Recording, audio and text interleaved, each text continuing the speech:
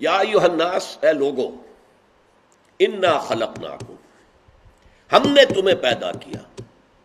Note کیجئے اس کو، یہ تمام انسانوں کے مابین پہلی وحدت مشترک ہے، وحدت مشترکہ جو سب کے درمیان ہے. کافر ہوں، مومن ہوں، مسلم ہوں، ہندو ہوں، پارسی ہوں، عیسائی ہوں، مشرق کے ہوں، مغرب کے ہوں، سرخ و سفید رنگ کے ہوں، سیاہ ہوں، کوئی بھی ہو. سب سے پہلی بات مشترک کیا ہے؟ انا خلقناکم، پیدا ہم نے کیا سب کو.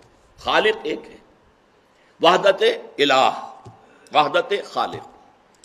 نمبر دو، من ذکر و انثی، اور یہ ہم نے پیدا کیا ہے ایک مرد اور ایک عورت سے. یہ دوسرا اہم نقطہ ہے. چاہے تمہاری نسلیں جدا ہیں، چاہے تمہاری شکلیں جدا ہیں، تمہاری رنگتیں جدا ہیں، تمہاری بولیاں جدا ہیں، کچھ بھی ہے، لیکن تم سب ایک انسانی جوڑے کی اولاد ہو، آدم اور حوا. گویا کہ وحدت آدم یہ دوسری مشترک چیز ہے تمام انسانوں کے مابین. وحدت خالق نمبر ایک اور وحدت آدم نمبر دو. ان دو رشتوں میں تمام انسان ایک دوسرے کے ساتھ جڑے ہوئے ہیں. یہ دونوں رشتے جو ہیں یہ در حقیقت بنیاد بنتے ہیں ایک ہیومن بردرہڈ کی، انسانی سطح پر دوستی، اخوت، اس لیے کہ سب کے سب آدم اور حوا کی نسل سے ہیں.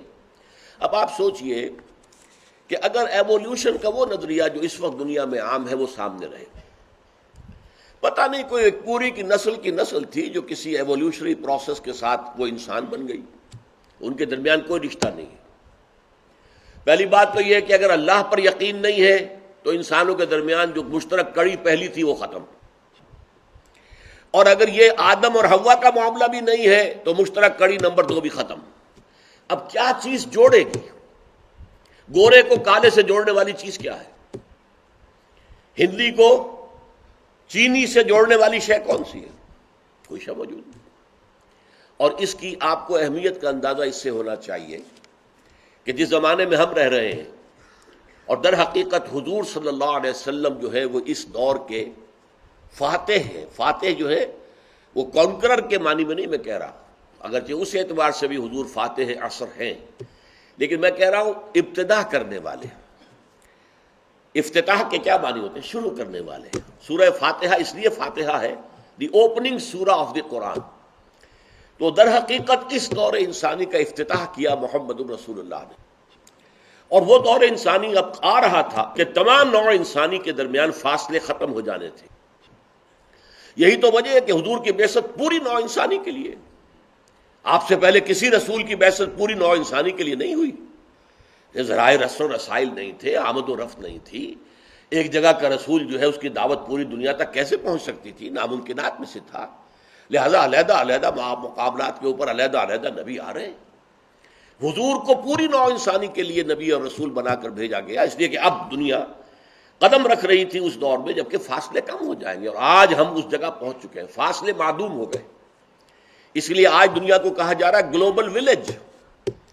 یہ گاؤں بن گیا ہے، مختلف ملکوں کی حیثیت ان کے محلوں کی ہے، بس اللہ اللہ خیر صلاح. کیا فاصلہ رہ گیا؟ ہم اپنی آنکھوں سے دیکھ رہے ہیں کہ جو صحرا عراق کے اندر اس وقت ہو رہا ہے، یا بغداد پر جو آہن و آتش کی بارش ہو رہی ہے، آنکھوں سے دیکھ رہے ہیں. کہاں ہے فاصلہ؟ بش صاحب تقریر کرتے ہیں اور وہ وہاں پر جو ہے کسی پریس کانفرنس سے خطاب کر رہے ہیں، ہم اپنی آنکھوں سے دیکھ رہے ہیں. فاصلے ختم ہو گئے. لیکن یہ سارے فاصلے ختم ہوئے ہیں خارج میں. اندر انسان کے وہ فاصلے جو کہ تو ہیں. من دیگرم تو دیگری، میں اور ہوں تم اور ہو، میرے تمہارے درمیان کوئی قدر مشترک نہیں. میں واقعتاً یہ ہے کہ امریکی قوم کو اس اعتبار سے دستوری سطح پر، قانونی سطح پر ڈسکریمنیشن کو ختم کرنے کی جتنی کوشش کی گئی ہے وہاں انسانی بس میں نہیں ہے کہ اس سے زیادہ کوشش کی جا سکے. کالوں اور گوروں کے درمیان ڈسکریمنیشن نہیں ہونی چاہیے.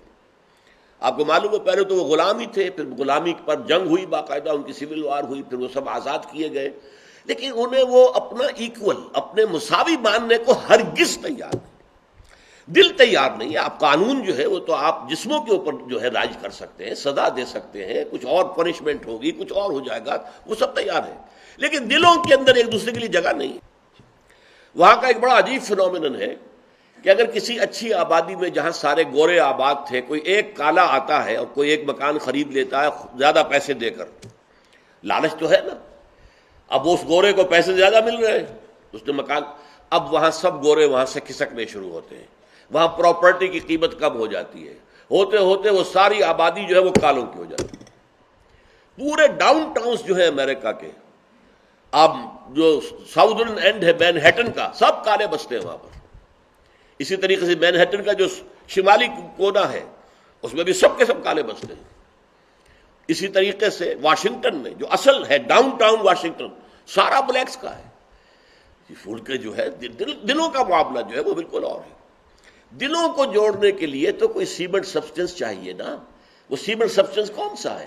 بھائی میں ہوں اور یہ ہے، لیکن میری ماں ایک ہی ہے، ہم حوا کی اولاد ہیں، ہمارا باپ ایک ہی ہے، ہم سب جو ہے آدم کی اولاد ہیں، اور سب سے بڑھ کر یہ کہ ہمارا خالق ایک ہے، سب اسی نے ہم کو بنایا ہے۔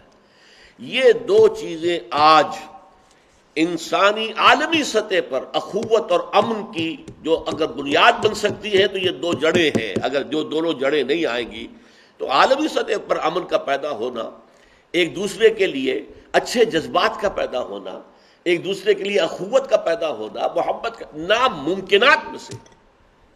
مغربی تہذیب اس اعتبار سے بانجھ ہے، آج کے علوم اس اعتبار سے بانجھ ہے، وہ انسانوں کو جوڑنے کے لیے کوئی بنیاد نہیں دے سکتے۔